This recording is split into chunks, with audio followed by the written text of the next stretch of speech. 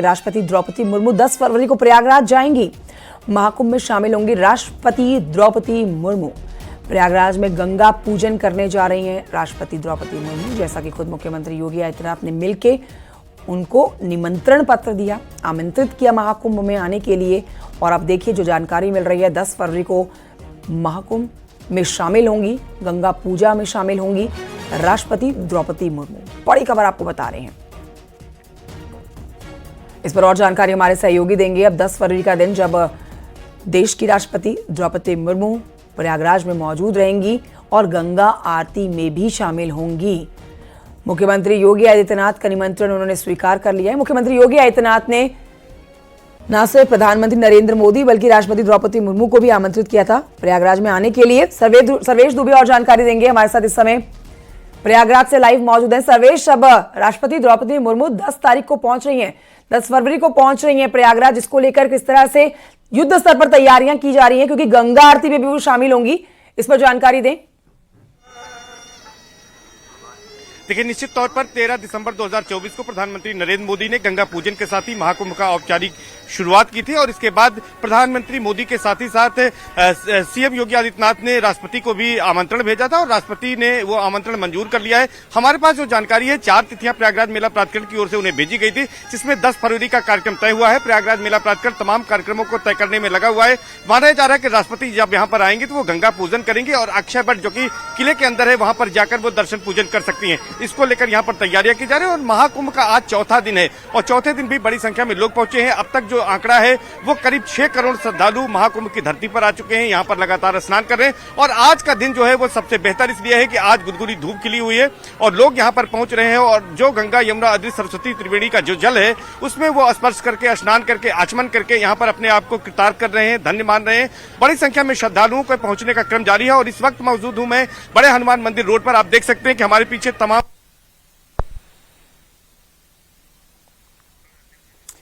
ठीक है सर्वेश, देखिए यहाँ पर आज चौथा दिन महाकुंभ का, जहां पर आस्था की डुबकी तो लगाई जा रही है, लेकिन एक बड़ा अपडेट अपने दर्शकों को दे रहे हैं कि राष्ट्रपति द्रौपदी मुर्मू मुख्यमंत्री योगी आदित्यनाथ के निमंत्रण पर अब 10 फरवरी को प्रयागराज पहुंच रही हैं, जहां पर वो गंगा आरती में शामिल होंगी, जिस पर हमारे सहयोगी भी जानकारी हमें दे रहे थे। बहरहाल अभी तस्वीरें देख लीजिए। तस्वीरें बताती हैं कि देखिए महाकुंभ में जो अमृत स्नान के दिन है सिर्फ वही महत्वपूर्ण नहीं है बल्कि हर एक दिन महत्वपूर्ण है।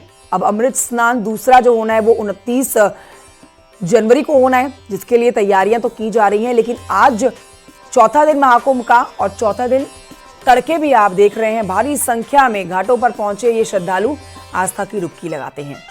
न सिर्फ देश बल्कि पूरी दुनिया से आए हुए यहाँ पर विदेशी मेहमान भारी संख्या में वहां पर मौजूद हैं, जो भारत की सनातन संस्कृति के साथ इस रंग में रंगे हुए नजर आ रहे हैं। सुबह तड़के की ये तस्वीरें और हर दिन ऐसी तस्वीरें महाकुंभ से निकलकर, प्रयागराज से निकलकर सामने आ रही है। लोग भी यहाँ पर पूरी तरह से आस्था में लीन नजर आ रहे हैं। सर्वेश के पास एक बार फिर से चलते हैं। सर्वेश जी, आपके आसपास लोग मौजूद हैं, किस तरह से जैसे जैसे दिन आगे बढ़ रहे हैं, क्योंकि ये 45 दिन का ये मेला, ये सुंदर सफर महाकुंभ का, जो कि 12 वर्षों के बाद अब हाथ लगा है, इस मौके को कोई भी हाथ से गंवाना नहीं चाहता है।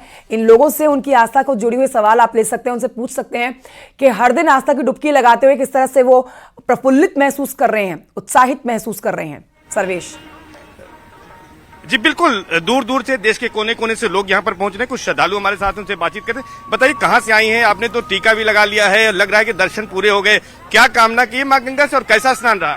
कहते हैं ना, गंगे तो दर्शनात् मुक्ति, माँ गंगा के दर्शन मात्र से मुक्ति मिल जाती है। तो स्नान करके क्या हमारा होगा, जन्मों जन्मों के पाप धुल जाते हैं और हम पुण्य के भागी हो जाते हैं। क्या कामना की है आपने और कैसी तैयारियां, कैसे अरेंजमेंट्स यहाँ पर देखे हैं? प्रशासनिक तैयारियां अच्छी लग रही हैं और राष्ट्र उत्थान की कामना के साथ हम गंगा स्नान किए हैं। हर हर गंगे। सर, आप कहाँ से आए हैं और क्या लगता है कि किस तरह की तैयारियां हैं? आपने भी स्नान किया है, क्या लग रहा है?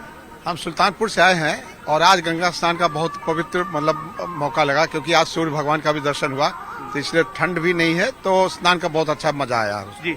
क्या लगता है आपको, कैसी तैयारियां थी और यहाँ पर स्नान करने के बाद क्या अनुभव कुछ किया और क्या कामना की है? बहुत अच्छा लगा, बहुत अच्छी व्यवस्था है। बहुत अच्छी हर व्यवस्था। हर गंगे। हर हर गंगे। जी बताइए कैसी व्यवस्था है, क्या कामना कर रही है? साफ सुथरा, इतना सुंदर, मतलब व्यवस्था सबसे अच्छा था। सबसे अच्छा था।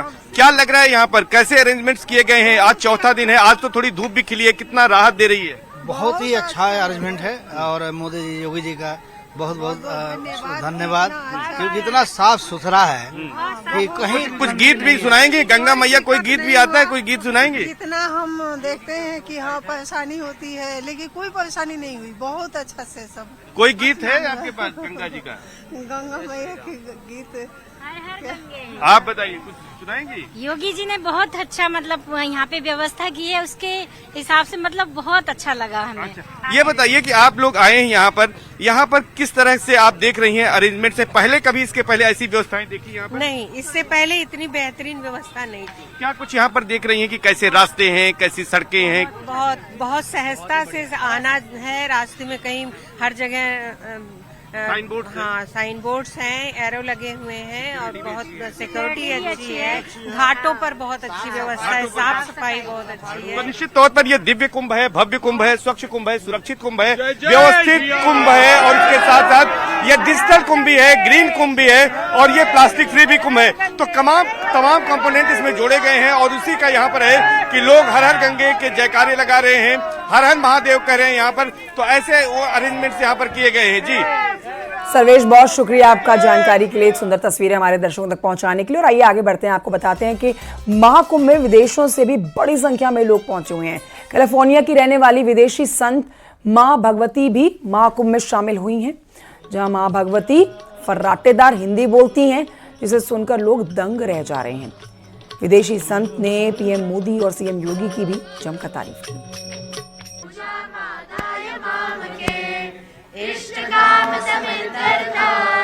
पुनरागमनाय च पुनरागमनाय च पुनरागमनाय च बोलिए श्री नारायण भगवान की जय।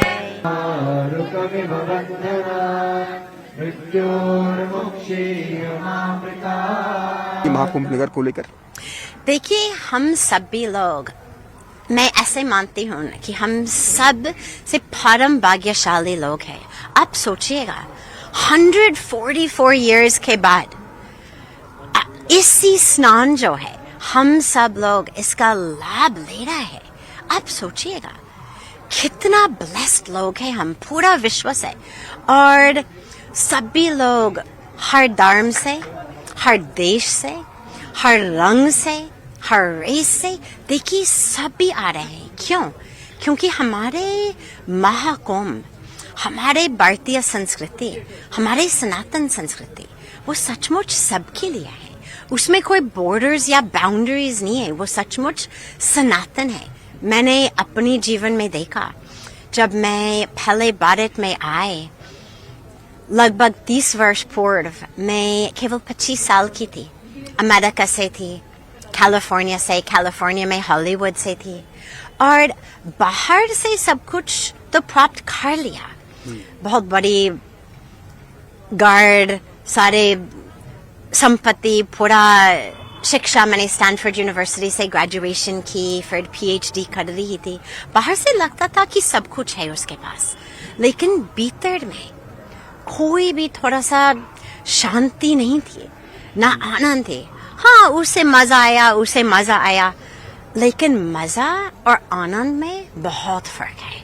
और भारत में आकर, ऋषिकेश में माँ गंगा के किनारे आकर, और फिर अब महाकुंभ मेला में आने का अवसर मिलकर, मैं हमारे मोस्ट ऑनरेबल प्रधानमंत्री जी श्री नरेंद्र मोदी जी को और हमारे honourable chief minister Shri Yogi Adityanath ji को सबसे पहले मैं उन दोनों को धन्यवाद दे दूं, क्योंकि उनकी वजह से, उनकी कमिटमेंट की वजह से, उनकी दृष्टि की वजह से, उनकी लगन की वजह से हम सभी लोग यहाँ से दिव्य अवसर ले रहे हैं।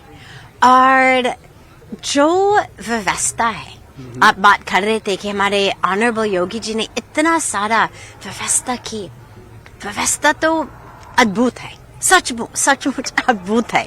जहाँ आप देखते हैं QR कोड, अब सोचो महाकुंभ और QR कोड सब डिजिटल, जो भी चाहिए डिजिटल है, बहुत बढ़िया। लेकिन याद रखिएगा, कोई केवल व्यवस्था के लिए नहीं आए, लोग आस्था से आए। ये सचमुच एक आस्था और व्यवस्था का संगम। लोग अपने आस्था से आए और हमारे अमेजिंग सरकार ने इतना व्यवस्था दी, इतनी सुरक्षित है। लोग पूरा विश्व से मुझे फोन्स आते हैं, मैसेजेस आते हैं कि हम आना चाहते हैं लेकिन डर जाते हैं। इतने लोगों के बीच में क्या करेंगे, शायद कुछ होगा। तो मैं सबको ऐसा दिल से आश्वासन देती हूँ कि बिल्कुल चिंता मत करिएगा, सब भी आ जाओ। जो हमारे ऑनरेबल मोदी जी और ऑनरेबल योगी जी ने किया, कराया हम सब लोगों के लिए, आप दंग। और आइए बढ़ते हैं आगे, आपको बताते हैं पूर्व कांग्रेस के नेता आचार्य प्रमोद कृष्णम ने बिना नाम लिए राहुल गांधी पर निशाना साधा है। उन्होंने सोशल मीडिया प्लेटफॉर्म एक्स पर पोस्ट किया है और कहा है कि विदेशी डीएनए वाले देश को नहीं समझ सकते। उन्होंने इसे राहुल गांधी को टैग भी किया है।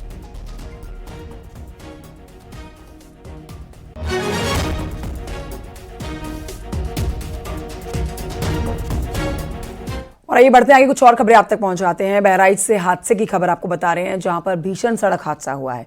तेज रफ्तार कार रेलवे के गार्टर से टकरा गई है। हादसे में कार सवार एक बुजुर्ग की मौत हो गई है, 2 बच्चे भी घायल हुए हैं, कुल 8 लोग घायल हुए हैं। बहराइच मेडिकल कॉलेज अस्पताल में इन सभी का इलाज चल रहा है। 5 की हालत गंभीर है, ट्रॉमा सेंटर रेफर किए गए हैं।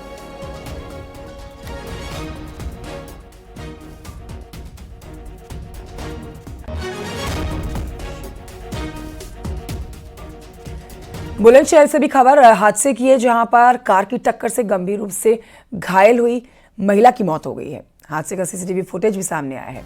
सीसीटीवी फुटेज में महिला को कार टक्कर मारती हुई नजर आ रही है। हादसा 9 जनवरी को चोला थाना क्षेत्र के नेतला हसनपुर में हुआ था। कई दिन बीतने के बाद भी कार सवार को पुलिस गिरफ्तार नहीं कर पाई।